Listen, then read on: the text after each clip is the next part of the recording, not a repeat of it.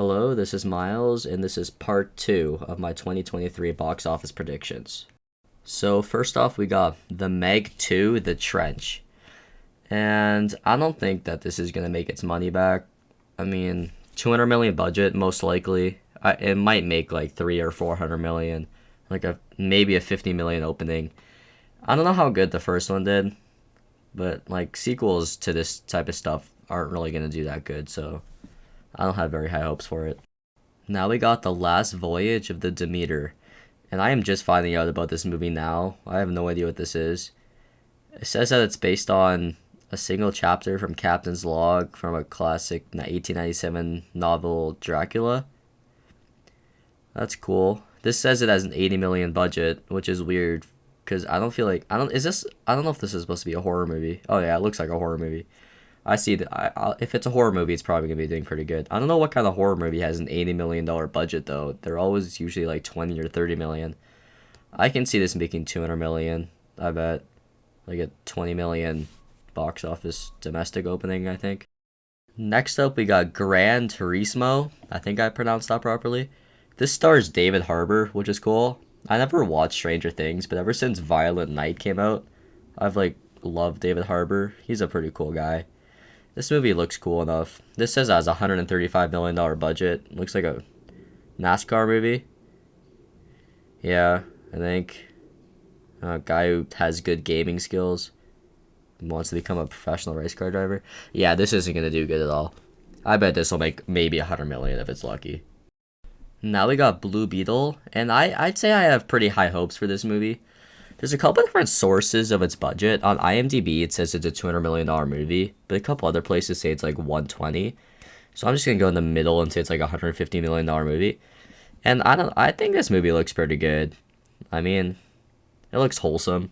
Looks like a fun superhero movie. You know, introducing a new character into the DC world, even though the universe is being reset. I think this could make like 400 million. I think it can do it. I think it'll have like a 50 million opening. I have high hopes for this movie.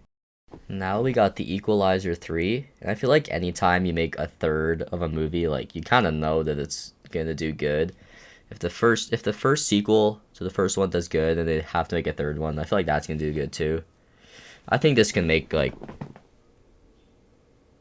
Actually, I take that back. This is going to fail. I don't know why. I have that feeling now. I just read the description of the movie.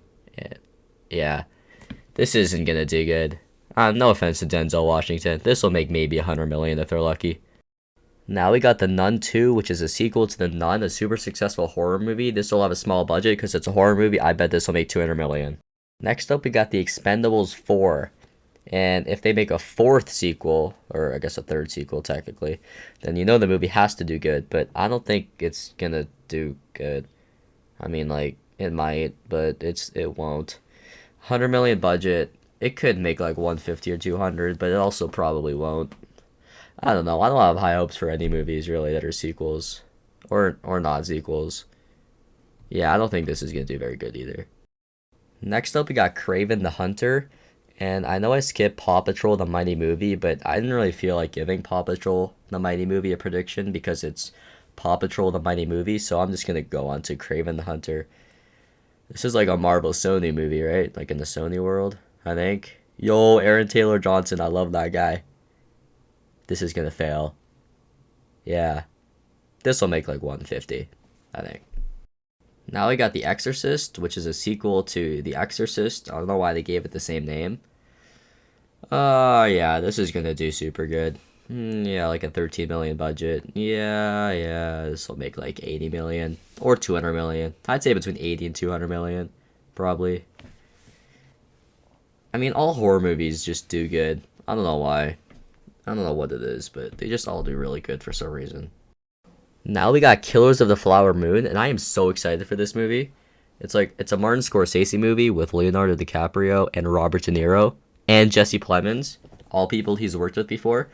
Now, this one's a little weird because I think this was like an Apple original, which means it's not really going to do as good in theaters, but I think if it was just a theater release, this would do really good. I bet this would make like $800 million against the $200 million budget if it was just a standalone movie theater release. But since it's like It'll probably be like a release for the first like 2 weeks, and then they'll move it like right into Apple,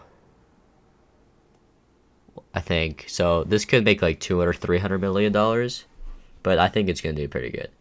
Now we got Dune Part 2, and I think this is gonna do pretty good. Austin Butler is gonna be in this one, and he's pretty hot right now, so I think that'll help. The first one did decently, didn't make back like all of its money, I don't think, but I mean, I think it made like 500 million against like a 180 budget, which is really good for COVID times because it was released in COVID times ish. So I think this can make $600 or $700 million against this $200 million budget. So I think this will do pretty good. Now we got the Marvels, and this one's kind of hard to say. I feel like this one really depends on how well Guardians of the Galaxy 3 does. If Guardians of the Galaxy 3 does really good and like helps Marvel a lot after Ant-Man Quantumanium, then this could do pretty good. So if Guardians of the Galaxy does good, I bet this could make 800, 900, well, maybe like 7, 8, or 800 million. Though if Guardians of the Galaxy fails, which I really hope doesn't happen, I'll see this might make 4 or 500 million. I don't know. I don't have high hopes for Marvel right now. I don't see happiness in their future. Now we got the Hunger Games prequel, and this one's also kind of hard to say. I feel like on one hand this could do really good, but on the other hand it's just gonna fail because like it's a prequel of a series that hasn't made a movie in a decently long time. Like I guess this is sort of a reboot, though. It could do good. Like it might make 500 million against like the 175 budget, I think. So it might not do terrible. Trolls Band Together will probably make 300 million, I'd say. Next up, we got Timothy Chalamet as Wonka in the prequel. I'm a little confused because, like, technically the last Charlie and Chocolate Factory focused on didn't focus on it, but it showed how Willy Wonka met the Oompa Loompas, but this one's, like, really how he met them. Though I thought they kind of already explained that. Though I really hope this does good. Like, 100 million budget, I bet this can make 600 million. Like, especially if it's Timothy Chalamet. Like, I think this will do good. I bet Aquaman 2 will make like 6 or 700 million against the 200 million budget. I don't see it doing as good as the first one, but I think it'll do decently. Migration's gonna be the first Illumination movie to fail. Actually, probably not. This will do good. I bet this will make like 400 million. And Illumination's smart by keeping their budgets lower, like on the lower side of like 80 to 100 million.